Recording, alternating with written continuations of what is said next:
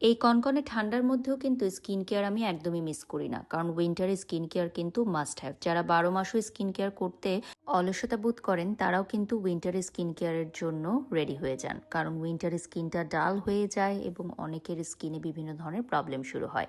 তাই আমি অলিভ বাংলাদেশ থেকে আপনাদেরকে দেখাবো আজকে 100% সেফ অ্যান্ড 100% হালাল কিছু স্কিন কেয়ার আইটেম, যেগুলো সব স্কিনের জন্য খুবই ভালো।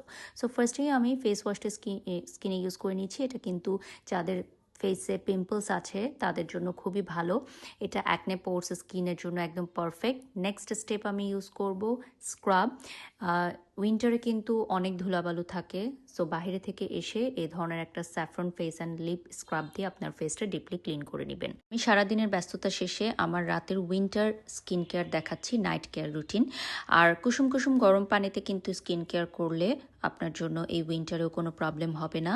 এবং সাথে অবশ্যই একটা সিরাম থাকতে হবে আপনার স্কিন কেয়ার স্টেপে উইন্টারে, কজ না হলে স্কিনটা কিন্তু অনেক বেশি ড্যামেজ হয়ে যাবে এবং ময়শ্চারাইজ রাখাটা খুবই জরুরি।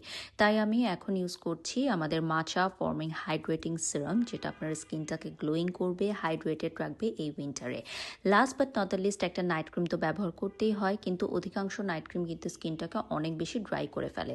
সো আমাদের পাপায়া স্যাফরন নাইট ক্রিমটাই কিন্তু আপনার স্কিনটাকে ময়শ্চারাইজ রাখবে এবং স্যাফরন আপনার স্কিনটাকে ব্রাইট করবে।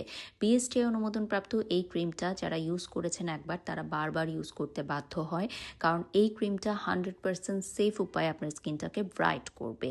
এবং অলিভ বাংলাদেশের সবগুলো প্রোডাক্ট বিএসটিআই অনুমোদনপ্রাপ্ত। শুধুমাত্র নাইট ক্রিমটা প্রেগনেন্ট আপুরা ব্যবহার করতে পারবেন না, যেহেতু এখানে ব্রাইটিং ইনগ্রিডিয়েন্টস আছে। আদার্স সকল প্রোডাক্ট প্রেগনেন্ট আপুরা, ব্রেস্টফিডিং মমরা ইউজ করতে পারবে। Last but not the least, my favourite lip balm. এবং আমার নাইট কেয়ার রুটিন ডান। এখন আমি ঘুমাতে চলে যাব। সো যারা এই শীতের রাতে আমার ভিডিওটা দেখছেন, অবশ্যই অলিভ বাংলাদেশের পেজে একটা লাইক দিয়ে দিবেন।